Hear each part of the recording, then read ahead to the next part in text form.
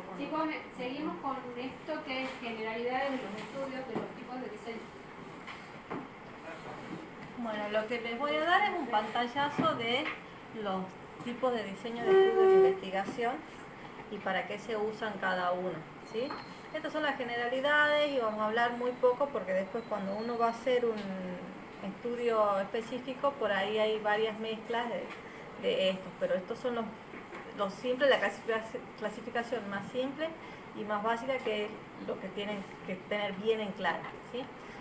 El objetivo principal de la epidemiología, como saben, es investigar subgrupos de la población que están en alto riesgo de sufrir un evento, para ayudar a detectar factores de riesgo, para intervenirlos y prevenirlos. Eso es lo que nosotros hacemos por lo general, el objetivo de nuestra residencia y de nuestro trabajo.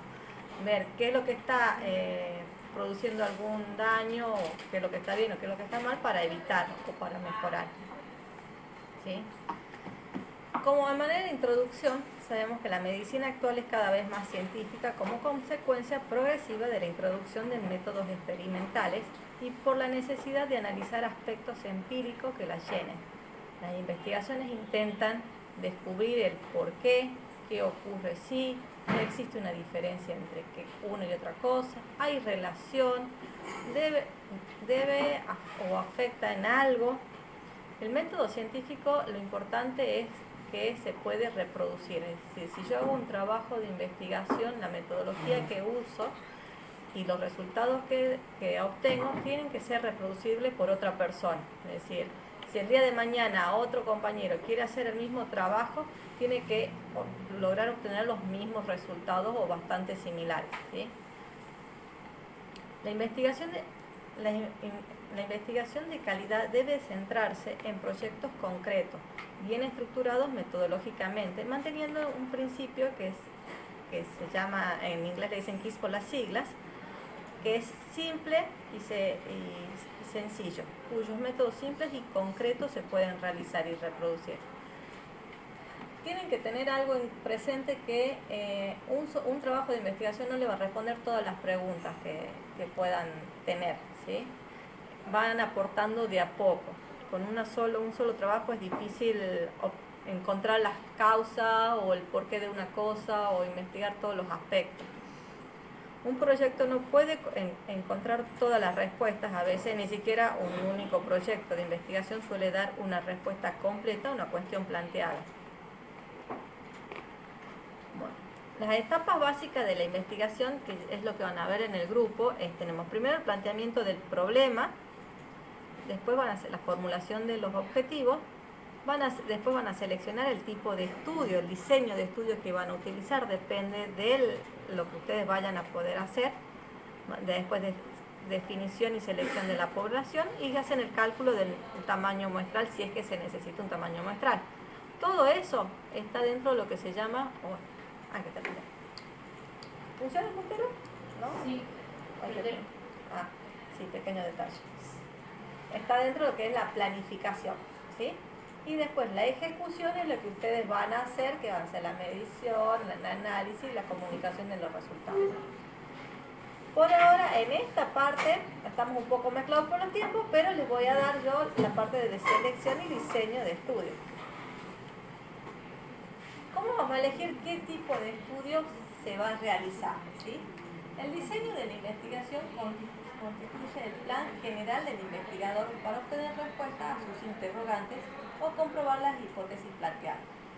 La selección del tipo de diseño de investigación va a depender fundamentalmente del objetivo general que yo haya planteado, de los recursos económicos con los cuales cuente y del ámbito en donde serán aplicados los resultados. Hay estudios de investigación que son más económicos y necesitan menos tiempo, y hay otros que son más complejos, más caros y necesitan mucho más tiempo para la ejecución, ¿sí? No depende la calidad del estudio de investigación, el tipo de diseño que depende de que no tengan centro. Entre los diferentes tipos de estudios hay muchísimas clasificaciones. Yo les voy a mostrar las dos clasificaciones más sencillas y más frecuentes que aparecen. que las dividen en los tipos de estudios, en descriptivos y en analíticos. Dentro de los descriptivos son aquellos en los cuales uno no hace una intervención ni un análisis complejo de los datos, ¿sí? Tenemos los estudios de caso, de serie de casos, los estudios ecológicos, estudios de correlación y estudios transversales. Ya los estudios donde uno compara con otra cosa o hace un diseño en especial, tenemos los estudios analíticos que hacen un análisis especial. Y entre ellos tenemos los observacionales, que son de corte transversal y de casos control y de cohortes, y los experimentales, en los cuales el experimentador introduce hace una intervención para la modificación y compara los resultados con intervención y sin intervención. Y estos estudios experimentales pueden ser aleatorios, que son los conocidos como de ensayos clínicos, ensayos comunitarios, y los no aleatorios, que son los cuasi experimentales, que ya lo vamos a ir viendo. Otro tipo de clasificación también los separan en observacionales y experimentales, y dentro de los observacionales, como habrán visto, esta parte es similar a la anterior, pero introducen los analíticos, que es los de caso y control, porque en los observacionales uno no interviene sobre la persona, solamente ve y puede comparar, pero no hace ninguna intervención para modificar el entorno. Los descriptivos pueden ser individuales, que es el estudio de un caso, serie de casos, los de corte transversal o correlación, y los estudios de correlación. Y cuando en vez de ser la unidad de análisis la persona y vemos una población, la unidad de análisis es la población, vemos estudios son los ecológicos y los análisis de situación de salud. ¿Ustedes han visto ya algunos estudios de investigación? Bueno, esto ya ahora se los voy a ir describiendo todos estos, pero para que veamos la diferencia, porque lo que muchas veces se complica es ver cuándo es un descriptivo individual, la unidad de análisis, si es individual o poblacional, ¿sí? Bueno, empecemos con los estudios o el objetivo de los estudios de diseño epidemiológico. El objetivo es generar hipótesis sobre la influencia de los factores de protección de la salud. O también mi objetivo puede ser contrastar esa hipótesis estadística sobre la frecuencia de los problemas de salud y sus determinantes, contrastar hipótesis de asociación entre variables explicativas y explicadas, contrastar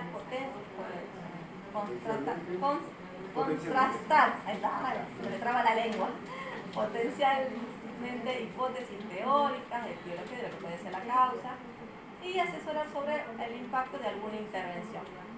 Dependiendo de como le decía, dependiendo de alguno de estos objetivos, el diseño de estudio que uno va a hacer, ¿sí? Que se pueden hacer. Si yo quiero solamente, yo voy a hacer generar hipótesis sobre la influencia de los factores de protección de salud. Puedo hacer un estudio ecológico, estudios observacionales transversales o estudios analíticos longitudinales.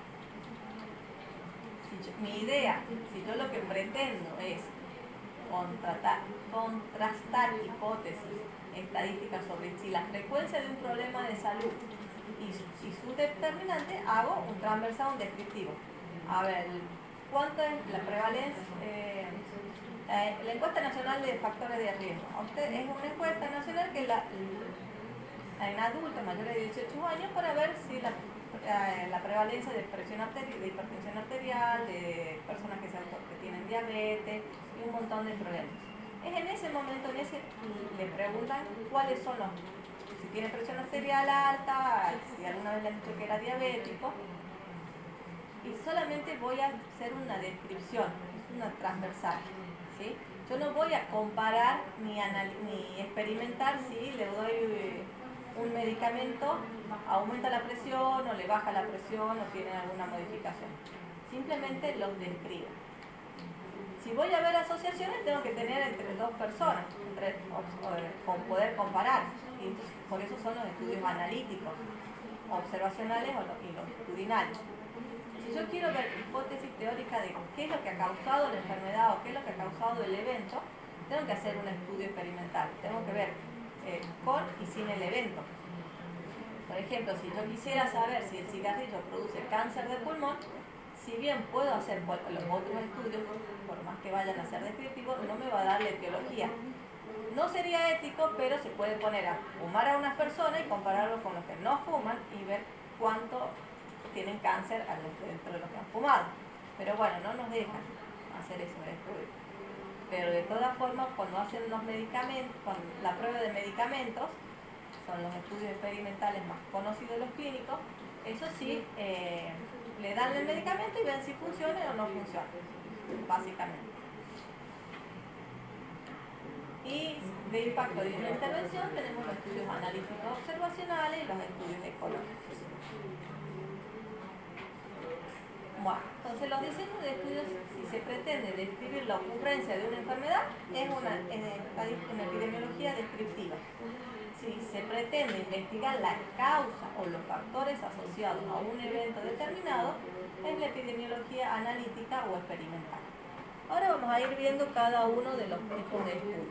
Pero hay algo que tienen que saber siempre en la epidemiología, y se lo voy a repetir 1000 veces. En la epidemiología descriptiva, conocimientos también son hipótesis generadoras de estudios. Y para la descripción de una enfermedad o de un evento, del trabajo que vayan a hacer, siempre tienen que tener un tiempo, una persona y un lugar determinado, ¿sí? Nosotros cuando actualizamos las 3 variables tienen que estar bien en claras. Bueno, vamos a empezar con las características de los diseños descriptivos de los estudios de casos o series de casos. El estudio o reporte de caso es el que general, el más frecuente que hacen en los hospitales cuando tienen un caso raro de una enfermedad, ¿sí? Entonces, de pronto son la mayoría de los que se presentan en un congreso, si bien tienen hecho con una metodología adecuada, pueden ayudar a ir descubriendo algunas enfermedades nuevas, ¿sí?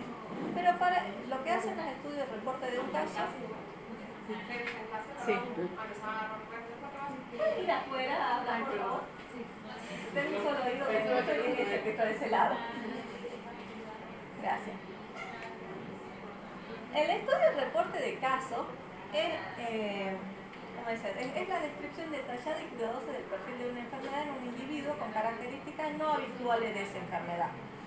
Es decir, yo tengo un paciente, soy médico de sala, lo estoy viendo y no me cuadra para ningún cuadro clínico, me parece que es una enfermedad nueva, porque no le estudié, después de buscarle un montón de libros o en la red, y no me cierra para ningún cuadro, y sospecho que es un cuadro nuevo, entonces lo describo. Ese es el estudio de un caso, ¿sí? Las características.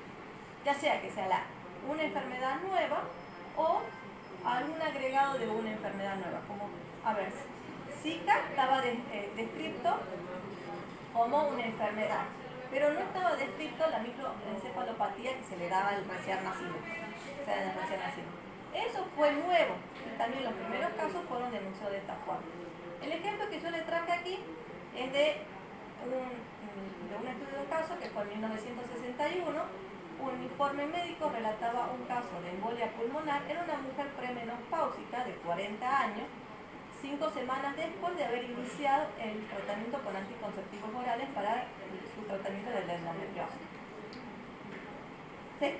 Se siguió estudiando y más adelante lo que se llegaron a relacionar es que la embolia pulmonar estaba relacionada con el alto consumo por el consumo de los anticonceptivos orales. Es más, es actualmente un factor de riesgo si una mujer quiere tomar anticonceptivos que tenga alguna enfermedad de la coagulación. Además, en esta época, en 1961, la cantidad de hormonas que recibían en los anticonceptivos orales eran una dosis muchísimo más alta de la que actualmente tienen las pastillas. Por eso es que, pero sí se encontró más adelante la relación con como la embolia era más frecuente en mujeres mayores por menopausia, se levantó la hipótesis que podría ser el efecto del fármaco. Entonces, con ese estudio de caso empezó una serie, fue pie y una hipótesis para poder seguir haciendo otros estudios de investigación. También cuando es un caso que se describe, es estudio de un caso, y cuando son varios casos, son serie de casos. Este es otro análisis muy importante, que son los análisis de conjunto de casos que ocurren en un corto periodo de tiempo, que por lo general son en programas de rutina de vigilancia de salud pública y pueden sugerir la emergencia de una nueva enfermedad o epidemia. Por ejemplo, 5 jóvenes, presumiblemente sanos, homosexuales, tuvieron el diagnóstico de neumonía por Pneumocystis caris, efectuado en 3 hospitales de Los Ángeles, en el periodo de 6 meses, 1980 a 1981. Resulta que la neumonía por Pneumocystis caris se da en pacientes inmunodeprimidos y estaba descrita para esa población, pero no en pacientes, como aquí dice, presumiblemente sanos. Ese tipo de neumonía solo ocurría con mayores con inmunodeficiencia, generalmente post-quimioterapia. Se siguió estudiando también en 1981, fueron observados casos de sarcoma de Kaposi en jóvenes homosexuales y también, que también era una población en la cual se esperaba ese diagnóstico. Estos estudios fueron los pie inicial para seguir estudiando a ese tipo de población. Y lo que se llegó a tener el perfil de una población que daba estas enfermedades de Pneumocystis caris o del sarcoma de Kaposi antes de que pueda ser identificado el virus del HIV. Como consecuencia de esta serie de casos, el CDC inició un programa de vigilancia para evaluar la magnitud de los problemas y desarrolló criterios de lo que parecía ser una nueva enfermedad, que finalmente, después que lograron encontrar el virus, fue el que se llamó HIV, la enfermedad HIV, y el SIDA, la enfermedad ya más avanzada. Pero bueno, como todo tiene sus ventajas y sus limitaciones. ¿Cuál es la ventaja? Utilizado como primera forma de detectar una epidemia, puede surgir la emergencia de una nueva enfermedad, puede evidenciar patrones raros o desconocidos de una enfermedad. Con Zika pasó eso, Zika tenía un perfil de la enfermedad, pero como no se había descrito lo de la microencefalopatía en los recién nacidos. Generar hipótesis para algunos otros trabajos, como fue el de la embolia pulmonar, generar la hipótesis de que los anticonceptivos podrían estar predisponiendo a la embolia pulmonar. Y lo otro importante, sobre todo lo que estamos en países subdesarrollados, es el bajo costo. ¿Sí? Pero tiene las limitaciones, no tiene un grupo de control para comparar, ¿sí? No se puede excluir simplemente por el azar la relación de encontrada. Pues no se puede desear la presencia de una asociación estadísticamente válida o que hayan otros factores que estén produciendo esa enfermedad o esos síntomas. Bueno, a ver,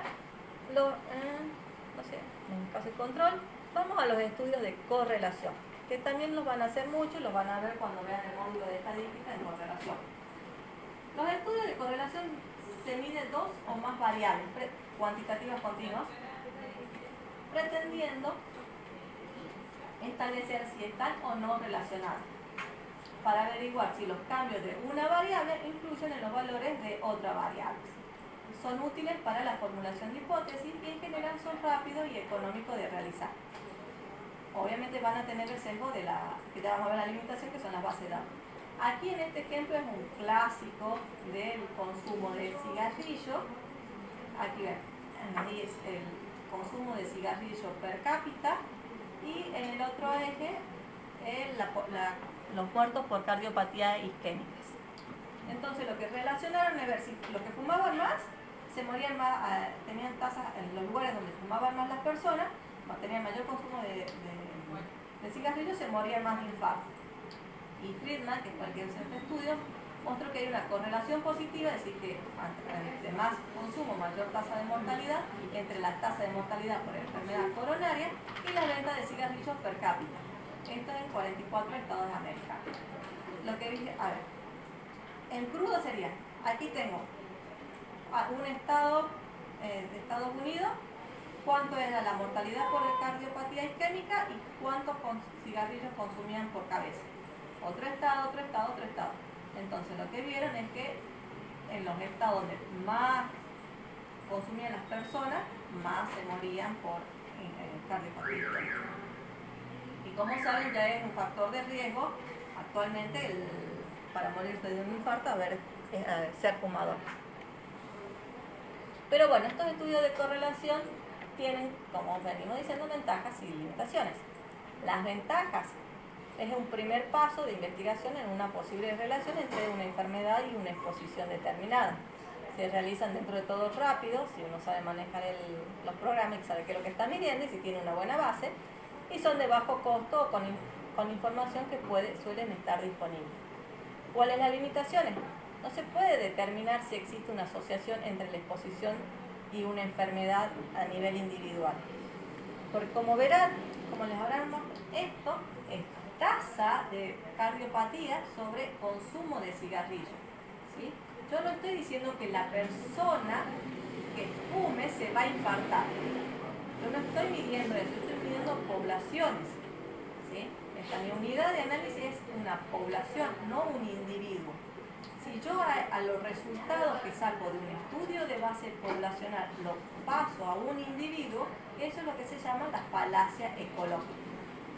Entonces, lo que se puede decir es que se ha visto que en los estudios en donde las personas fuman más, compran más cigarrillos,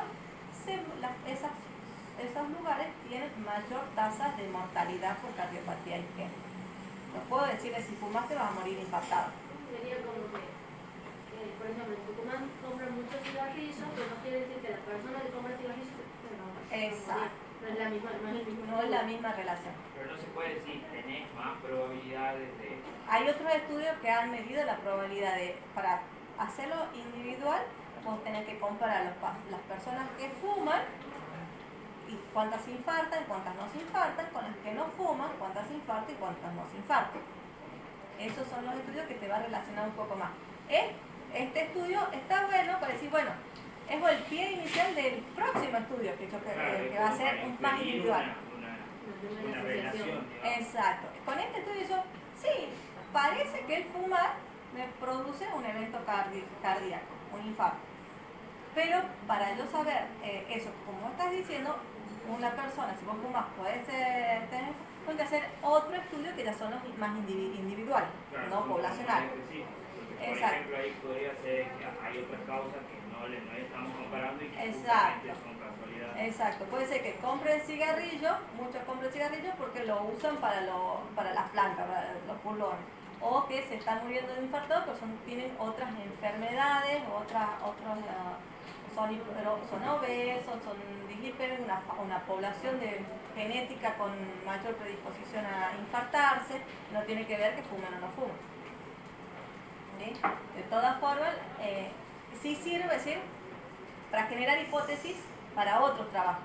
Son como el puntapié. Exacto, como el puntapié. Porque dentro de todo es más fácil realizar esta correlación que hacer un estudio de caso control más adelante. De generar un estudio de caso y control si no tengo algo que me diga es posible que se haga. Los estudios ecológicos, que la mayoría que van a hacer, igual que los transversales, la unidad de observación está compuesta por un grupo de personas, comunidades, barrios, ciudades, países. Esto es como el de correlación. No está enferma la persona, sino es la población la que yo veo como mi paciente, diría en medicina. Las informaciones sobre las características de cada individuo no están disponibles. Se analizan solo los datos agrupados, es decir, analizamos tasa en esa población, tasa, porcentaje de consumo, PBI, Producto Bruto Interno, NBI de la población. Y se compara la frecuencia de una enfermedad o un evento en una misma población en diferentes periodos de tiempo, o también se puede hacer la comparación entre diferentes poblaciones en un mismo periodo de tiempo. Los estudios donde hago la frecuencia de una enfermedad, de una misma enfermedad o un evento de una población a lo largo del tiempo se llaman estudios de serie de tiempo. Y los estudios ecológicos también pueden ser en el mismo momento en diferentes poblaciones. Aquí les traigo la comparación. A la izquierda un estudio de serie de tiempo donde compara una medida de frecuencia de una población a lo largo del tiempo. Lo que están viendo aquí es el número de casos de chicos menores de 5 años fallecidos por enfermedades tipo influenza, en negrita, entre el 2002 al 2012. Para los que son jóvenes, en el 2009, que fue la pandemia de H1N1,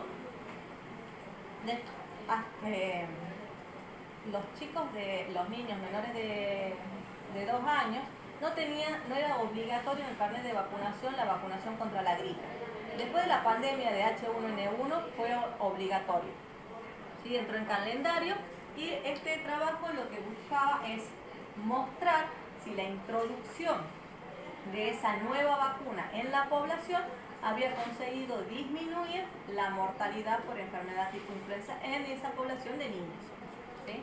Entonces lo que se hizo es un estudio de serie de tiempo con GAM, una metodología que en negro ven lo que sería lo real y en líneas de punto era lo que más o menos estimó con un montón de sesgos controlando las variables en punto rojo, y se sacó la media de mortalidad que había, el número medio de mortalidad que había en el periodo antes de la introducción de la vacuna, que se morían por mes 11,77 niños, digamos, en general sean 12 niños que se morían antes de la vacuna, y después de la introducción de la vacuna, como verán, los picos, las curvas son más chatas, y después de la introducción de la vacuna, la media de mortalidad por mes fue de 7, casi 8 niños por mes, moría por él.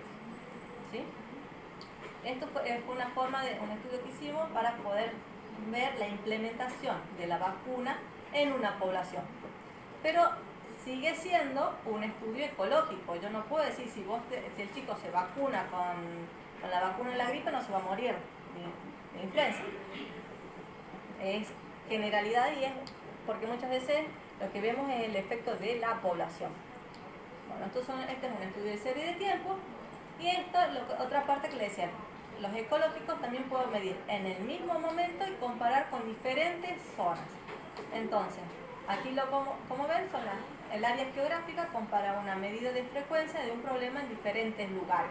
Aquí lo que están viendo en el mapa de Argentina es la tasa de enfermedad de tipo influenza por 100.000 habitantes según departamento de cada una de las provincias. ¿Sí? Y según el color más oscuro, tasa más elevada.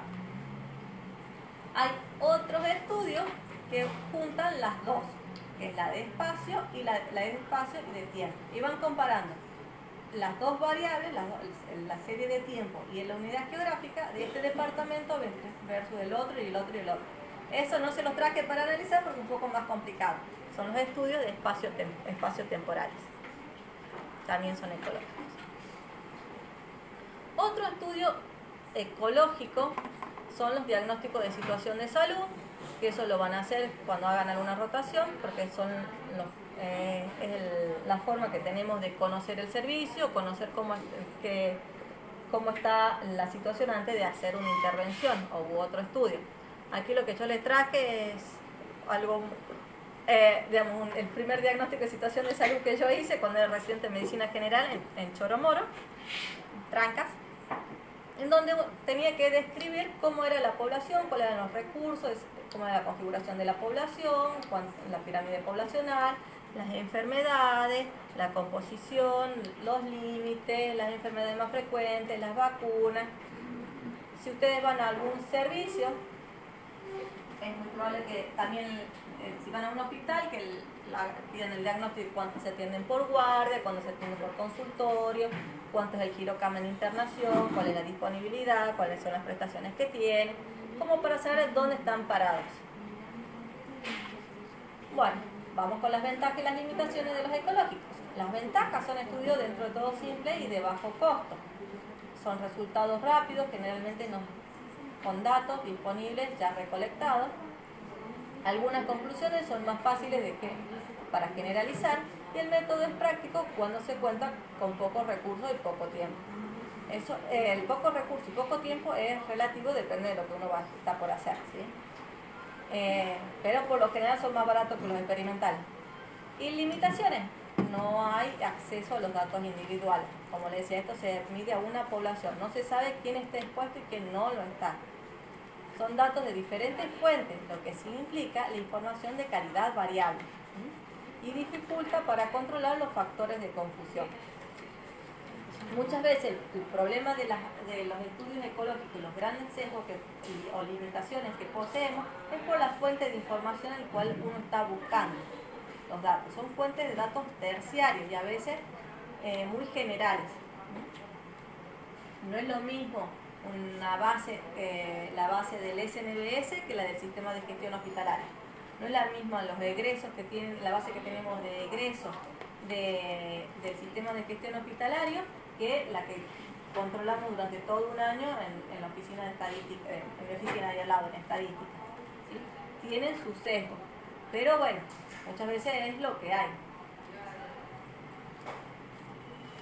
Y los estudios transversales, que estos también son muy frecuentes, miden a la vez la prevalencia de la exposición y del efecto en una muestra poblacional o en un momento temporal. Permiten evaluar exposición y enfermedad de forma simultánea. Es decir, es una fotografía del momento. El que tenemos nosotros aquí más frecuente, el que siempre usamos, por ejemplo, y que ustedes lo van a usar, espero, la base de datos de la Encuesta Nacional de Factores de Riesgo. Esa encuesta nacional que está validada a nivel internacional y un montón de países también la hacen, midiendo de la misma forma para poder compararse entre los países. La idea es ver en un momento cuántas personas hay con hipertensión arterial, con hipertensión hace 20 años, hace 2 años, sin hipertensión, y que no se hayan controlado. Si yo saco una foto y la pregunta es, ¿tiene hipertensión arterial? ¿O algún médico, algún profesional de salud le dijo que tiene la presión arterial alta? Sí. Entonces le pongo sí o no. Pero tengan en cuenta que puede ser que no tenga hipertensión arterial porque hace más de 2 años que no ha ido al médico, porque no lo saben.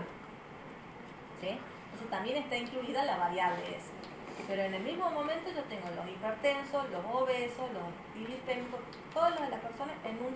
Si bien las encuestas se hacen diferentes días, pero mide un solo momento. Esta encuesta nacional de factores de riesgo se intenta seguir la misma metodología o similar durante los años para controlar cómo va aumentando, disminuyendo, manteniéndose estable una patología, las patologías crónicas más frecuentes que están en la Argentina. La hipertensión arterial, diabetes y algunos factores de riesgo como consumo de sal o baja actividad física. Esta encuesta, la primera fue realizada en el 2005, la segunda en el 2009, en el 2013, 2018. Y la idea es que vayan manteniendo una periodicidad. Son enfermedades crónicas, no es necesario que se la mida todos los años, porque para ser hipertenso uno tiene que pasar un tiempo y es muy costoso. ¿Cuál es la fuente de datos de eso? ¿Qué? ¿Qué está por la fuente de datos? La fuente, la encuesta nacional. O sea, Se contrata, claro, para hacer la encuesta nacional se contrata la dirección de estadística de la provincia, en Tucumán ha sido la dirección de estadística de la provincia de Tucumán, no nosotros, sino la otra que depende de la Secretaría de Planificación. Van unos encuestadores con una encuesta ya diseñada, casa por casa, digamos, se hace un muestreo, es un muestreo poblacional, después por barrios censales y después se muestrean las casas. En las casas se muestrea a quién van a contestar. Por lo general, digamos, son todas personas mayores de 18 años. Entonces le van haciendo el cuestionario como en el censo. Van haciendo el cuestionario y en las últimas que se realizó en la Argentina, ya que no le he agregado porque me acaban de decir que ya tenía que dar la presentación, la última ya tiene mediciones de salud, mediciones de sangre. Pero esta encuesta, si bien tiene la ventaja de que puedo ver la prevalencia de hipertensión, de diabetes, también tiene sus limitaciones.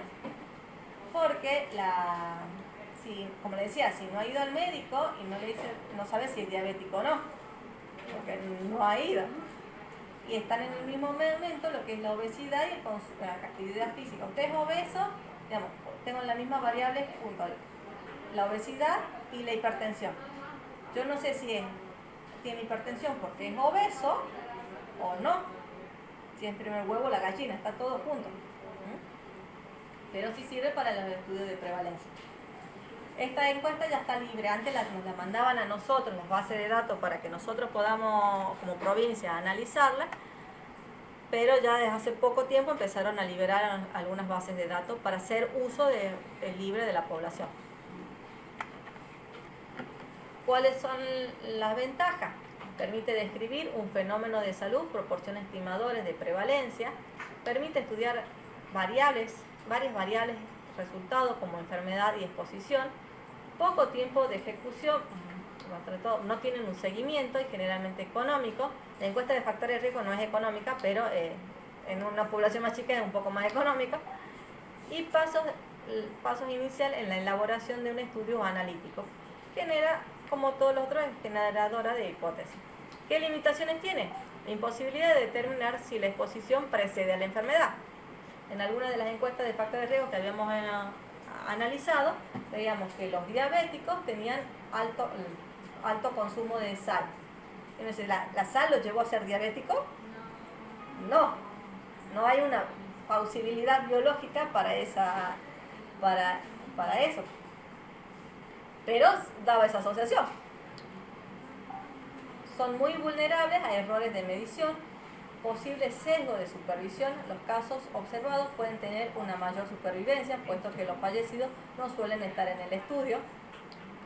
Si yo tengo una enfermedad, si la hipertensión arterial murieran a los 2 años que se diagnostique, por ahí tendría yo una baja prevalencia, porque yo estoy haciendo la encuesta cada 4 años y una vez diagnosticado se me muere la persona, entonces es una enfermedad muy aguda. No llego a verlos.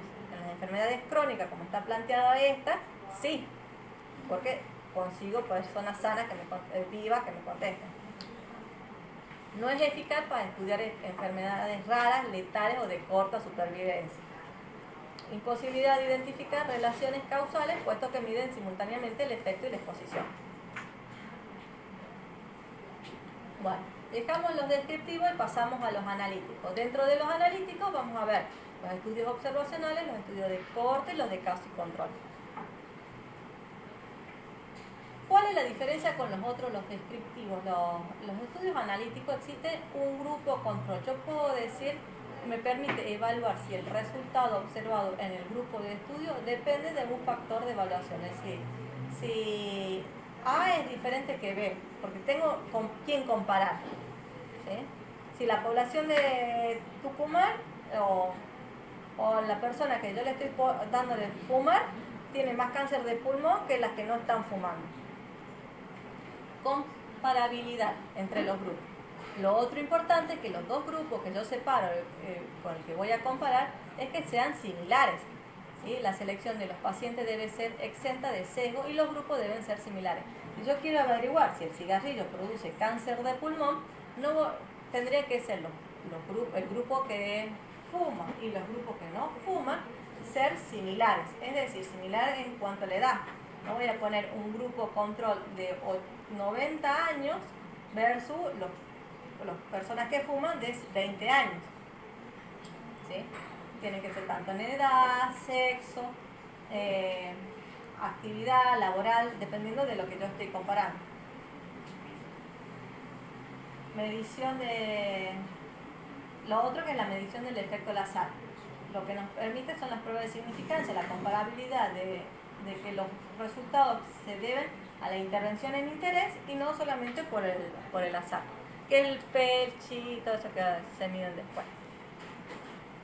Bueno, entonces empecemos con los estudios de caso y control. Comienza con un grupo de casos de una enfermedad o una condición. Por eso se llaman casos. Y a eso yo le busco el control. Las personas sin enfermedad o condición en la cual vamos a comparar se llaman controles. Pero son estudios retrospectivos, ¿sí? Yo tengo a mis personas, a mis enfermos de cáncer de pulmón versus los controles que no tienen cáncer de pulmón, ¿sí? Entonces yo comparo, me fijo hacia atrás cuántos de estas personas con cáncer de pulmón han sido expuestos al cigarrillo y cuántos no han sido expuestos al cigarrillo.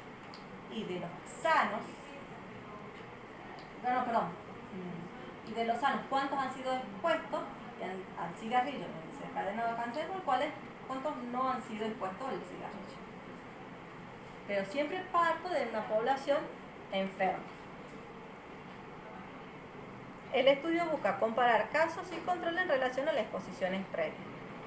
En cambio, en un estudio de corte, los individuos se seleccionan en función de la presencia de una determinada exposición y los individuos no tienen enfermedad, son sanos. Yo empiezo con personas sanas, a los cuales les voy a dar de fumar y voy a ver en el tiempo cuántos desarrollan cáncer de pulmón y cuántos los que no han fumado desarrollan cáncer de pulmón o no, ¿sí?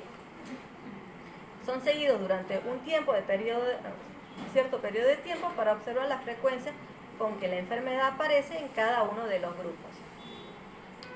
Esto es lo que les decía que encarece los estudios de investigación, porque en este tiempo que uno sigue a las personas a ver si se enferman o no de cáncer del pulmón por fumar, es que se van perdiendo, cáncer del pulmón no aparece de la noche a la mañana, son varios años para que aparezca. Entonces seguirlo, llamarlo por teléfono, examinarlo, ver cómo está. Muchos van dejando de querer participar, otros van desapareciendo de la base y uno tiene que tener plata para bancarse 5, 6, 10 años de seguimiento. Hay estudios también de corte que se hacen en menos periodos de tiempo, lo cual permite que no se pierdan tantas personas, pero por lo general requieren mucho tiempo y costo para el seguir a las personas. Que ya tienen experiencia ustedes, lo que es estar llamando por teléfono, buscándola, a ver qué sienten. Bueno, y los estudios experimentales, que tenemos los aleatorios y los no aleatorios. Los primeros que les voy a mostrar son los más simples, son los ensayos clínicos, en el cual yo tengo una población, que es como miden como evalúan a los medicamentos antes que salga al mercado, y una vez que están en el mercado se hacen estudios experimentales en poblaciones pequeñas para recién poderlo liberar a todos. Tengo una población de pacientes con una condición, ¿sí? Esa es tomo una muestra y de ahí se hacen las intervenciones experimentales para ver si mejora o no mejora, y otro grupo con el que comparo, que también le hago la intervención si mejora o no mejora. Este es el donde le dan, el investigador le da a un grupo de población el remedio y al otro grupo le da un placebo. Solo que actualmente, cuando son personas que están enfermas y se sabe que hay un medicamento que está comprobado que mejora, yo estoy probando otro medicamento, es decir, yo estoy viendo la hipertensión arterial. Tengo mis personas con hipertensión arterial y yo sé que el enalapril produce una mejora en la hipertensión, que baja la presión arterial. Pero yo quiero probar el rofecoxib, otro medicamento. No puedo éticamente dejarlo sin medicamento y darle un placebo a alguien que ya sé que tiene hipertensión arterial, que si no toma el remedio se puede hacer un infarto o una ACV. No es ético. Entonces lo que hacen es darle un medicamento que ya está comprobado al grupo control, y el grupo de exposición al que le doy mi medicamento. Entonces comparo entre los dos grupos y mi medicamento fue más eficaz que el medicamento clásico que se usaba. Y en ese caso, el grupo de comparación tiene que estar enfermo también. En este caso, sí, son enfermos, ¿sí? En esta parte son enfermos. No son ratas, son personas. Si fuesen ratas de laboratorio, yo le puedo dar el medicamento a la rata, ver si se mueren o no se mueren. Total, están hipertensos, son ratas. Eso ya está previamente. Claro, eso ya está testeado. Ahora estamos en la etapa en la parte humana. Si en la parte humana yo sé que existe un remedio que evita los picos, la enfermedad, y que sé que no puede estar sin tomar la medicación, le tengo que dar algo, porque si no se me va a morir. A ver, si es un diabético insulinizado, yo no puedo dejarle a la persona sin insulina para controlar a ver si mi nueva insulina es mejor, porque se va a morir. Esa persona sería, para decirle que ya consume, sería el control. Exacto. Y el nuevo medicamento sería la intervención que uno va a hacer, ¿sí? Pero estos ensayos lo que tienen que tener, además de lo que hace lo distinguen, es que el investigador introduce una modificación, pero tiene que tener ciertos resguardos, como que sean aleatorios la búsqueda de los casos y de los controles. Si yo tengo todo un conjunto de enfermos de hipertenso y tengo que sacar por sorteo cuáles van a tomar un placebo, un remedio, y cuál van a tomar el remedio que yo estoy probando, ¿sí? Entonces los investigadores asignan la exposición sobre la base del azar. Así los grupos de estudio son comparables con respecto a los factores de riesgo conocidos y desconocidos. Lo otro importante es el sesgo, enmascaramiento o sesgo o bilingüe. Los pacientes, los tratantes, los evaluadores y todos los participantes de la investigación tienen que no conocer lo que se le está haciendo para estar sometido a cada paciente disminuyendo la introducción de sesgo. A ver, si yo tengo el enalapril versus el rofecoxib, ¿sí? Droga A versus la droga B, que es la que yo quiero probar, ¿sí? Si yo tengo la droga A, que es una pastilla azul, y la droga B es una pastilla roja, no voy a saber cuál es cuál. Exacto. Sí, por eso que tienen que ser la misma presentación, ya sea inyectable, comprimido, las mismas características. Eso es una. La otra es un sesgamiento del producto. Lo otro que tienen que estar sesgados son quien le da la medicación.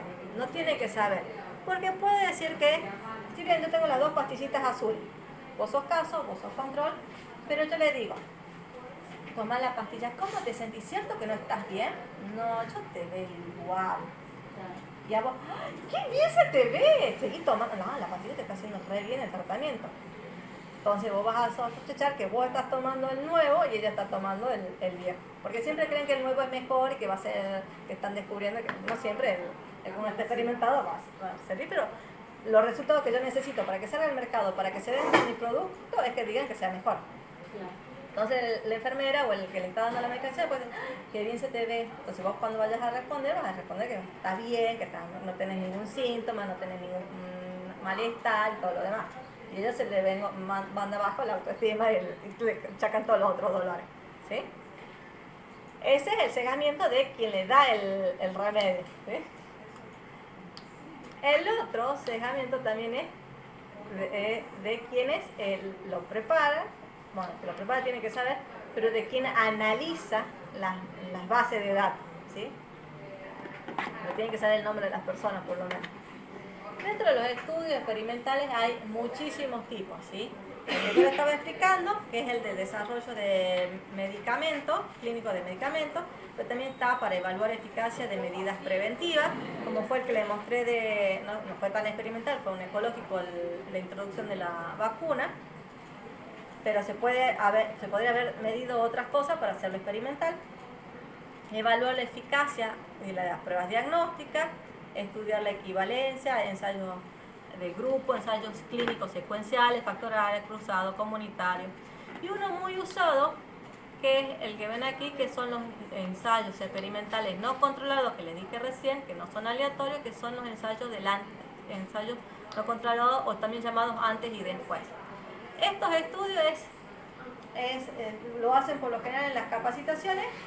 Es como si yo antes de empezar la clase le hubiera dado un cuestionario de 5 preguntas, que es lo que conocían ustedes de diseño de estudio. Después que terminen la clase, la intervención, que es la clase, o el curso, después les vuelvo a hacer una encuesta similar, ¿sí? Para ver entre la primera y la segunda encuesta si han modificado o no. Ustedes serían los ratoncitos y la encuesta sería y las clases sería la intervención. Como decía, el primero, el de medicamentos, el desarrollo de medicamentos, tiene 4 fases, y la última fase son la fase 3 y la fase 4 son las de eficacia de pacientes, con ensayos clínicos aleatorios. Ensayos comunitarios, que aquí lo que se hicimos una vez, si mal no recuerdo, el de la exploración de las aguas, del abastecimiento de la comunidad, comparando si los lugares en donde tenían las aguas es por ley tienen que tener una cierta cantidad de flúor, el agua que se dispensa, que uno abre del caño. Pero cuando uno va a los pozos comunitarios, en las comunas o en los lugares donde no tienen agua de red, se puede comparar si esos lugares que no tienen la cantidad de flúor adecuada versus los lugares que tienen la fluoración del agua, si hay más o menos caries. Y los ensayos que le acabo de explicar de la encuesta de los ensayos no controlados de los estudios antes y después.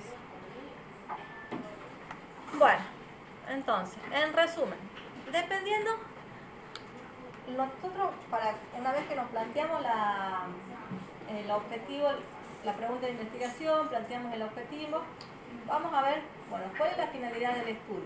Si voy a describir o voy a analizar, ¿sí? O si voy a comparar con algo. ¿Cómo va a ser mi estudio? Transversal en un momento del tiempo, o longitudinal porque tengo que seguir a las personas varias veces. Si tengo un control de factores de estudio, como si es un experimental, o no tengo control de los factores del estudio, que va a ser un observacional.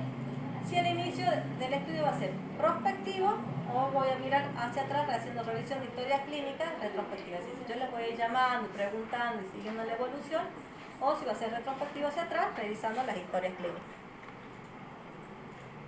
Entonces, si la finalidad del estudio es descriptivo, yo voy a ver, como la encuesta nacional de factores de riesgo, en una misma población, los hipertensos, los no hipertensos, el hipertenso hace 20 años, el hipertenso hace 2 años, toda una fotografía.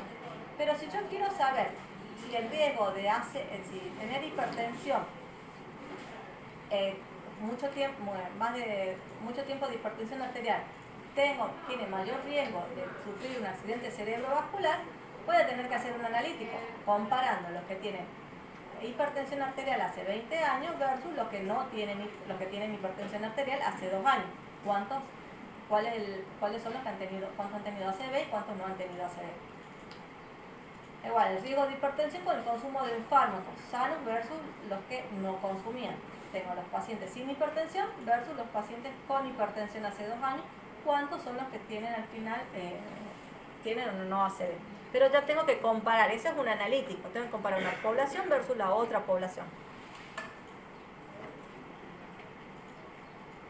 La utilización de datos descriptivos son útiles para servicios de salud porque para asignación de recursos, elaboración de programas de prevención de enfermedades, educación y promoción de salud. Los recursos en salud son finitos, como nuestro presupuesto a fin de mes, y no tenemos plata para prevenir y promocionar todas las enfermedades. Entonces, es necesario priorizar. Una de las priorizaciones sería las enfermedades más frecuentes. Es por eso que está hipertensión, diabetes dentro de la encuesta nacional de factores de riesgo. Y no está la fibromatosis, neurofibromatosis u otras enfermedades más raras. No más raras, sino con menos prevalencia. Entonces, en un diagnóstico de situación de salud o en un estudio de corte transversal, yo puedo decir, bueno, mi población, mi diagnóstico de situación de salud de Choromoro. Esta es mi población, tengo tantas personas, tantos adultos, tengo 50%, 30% de adultos, 70% de niños. Entonces yo sé que para el recurso de salud voy a tener que tener un pediatra, voy a tener que tener una cantidad de vacunas, voy a tener que tener una educación para las madres y para los padres para los controles de esos chicos. Tengo que tener un consultorio con balanza, tallímetro para hacer el seguimiento a los chicos. Pero si es al revés, si mi población es envejecida, en donde tengo un 70% de viejos y 20% de jóvenes y niños, sí sé que voy a tener que tener o un gerontólogo, un clínico, prever remedios para la hipertensión, remedios para, vacunas para adultos, no dosis pediátricas. Por eso que son útiles los estudios descriptivos. Y suelen ser el primer paso para investigar las determinaciones de riesgo, los estimantes de riesgo. Con respecto a los estudios transversales y secuencia temporal, si son transversales o longitudinales. Lo que tienen que tener en claro es, si yo en un estudio transversal, yo en el mismo mes o a los 5 meses le hago una sola encuesta a un grupo. Esa encuesta, como la encuesta nacional de factores de riesgo, que mide a toda la población, es como el censo, a toda la población menstruada, no es factible hacer el mismo día, se realiza en varios días. El censo, como ustedes habrán visto, si bien ha sido un día el que han caído los encuestadores, pero hay poblaciones alejadas en las cuales han tenido que ir otros días, pero se cuenta como un solo corte transversal. Esos son transversales, ¿sí? Yo puedo hacer un corte transversal en enero, abril, digamos, o ser todos en el mismo día, o tardar 4 hasta noviembre en evaluar toda mi población. En cambio, los longitudinales a la misma población, yo la evalúo en enero, a la misma persona la evalúo después en abril, la sigo en julio y la sigo en noviembre, ¿sí? Ahí sí son 1, 2, 3, 4 mediciones diferentes, porque la he seguido. Esta es que humanamente no lo he podido hacer todo en febrero, lo he tenido que repartir en el año, pero es una sola vez.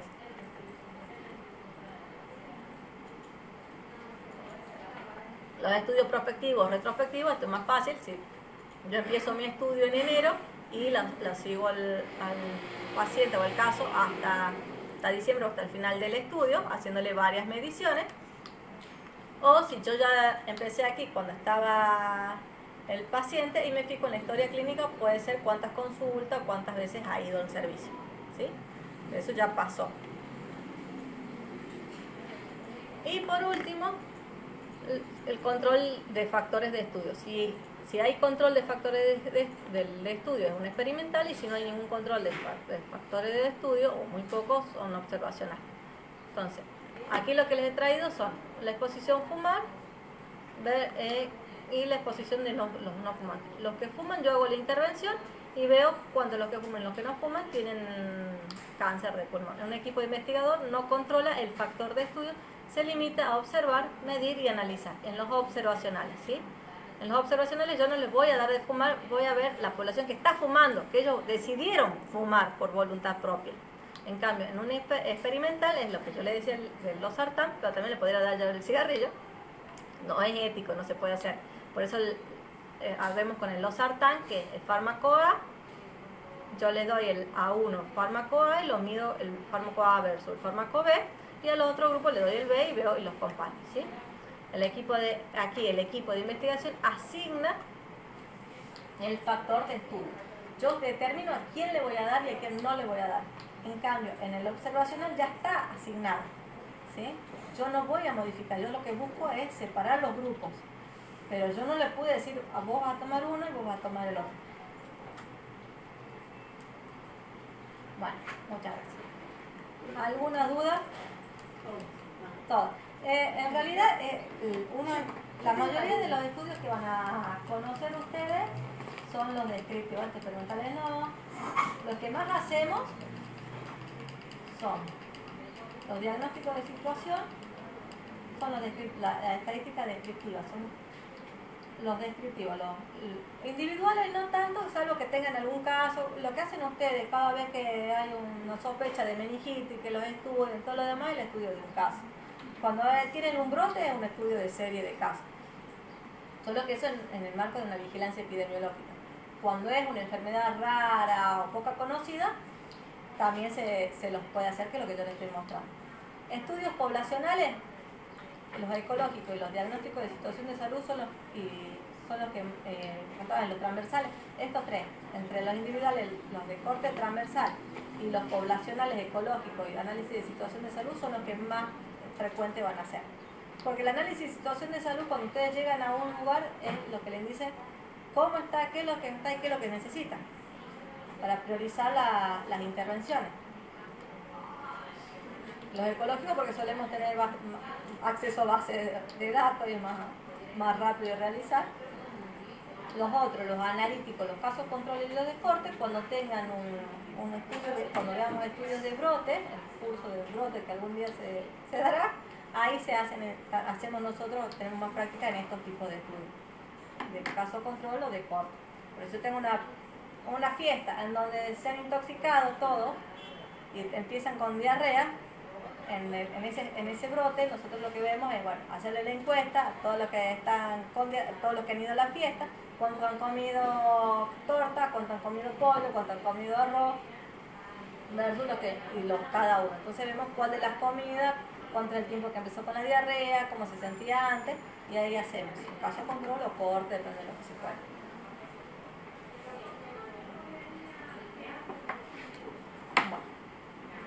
Y esto se aprende más leyendo diferentes tipos de estudios.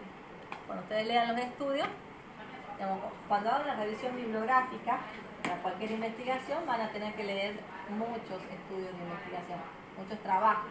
Y ahí les va diciendo en el trabajo, bueno, se hizo un estudio de corte transversal, se hizo un estudio ecológico, se hizo un estudio analítico, experimental. Entonces, lo que sí tienen que tener en claro y es fundamental es ver si analizan a la población o a la persona. ¿Sí? Si son estudios de base poblacional o son estudios de base individual. Porque es diferente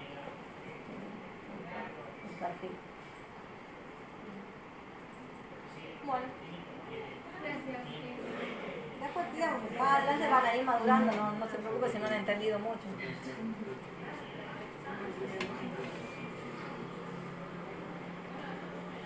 Nos vemos, chicos.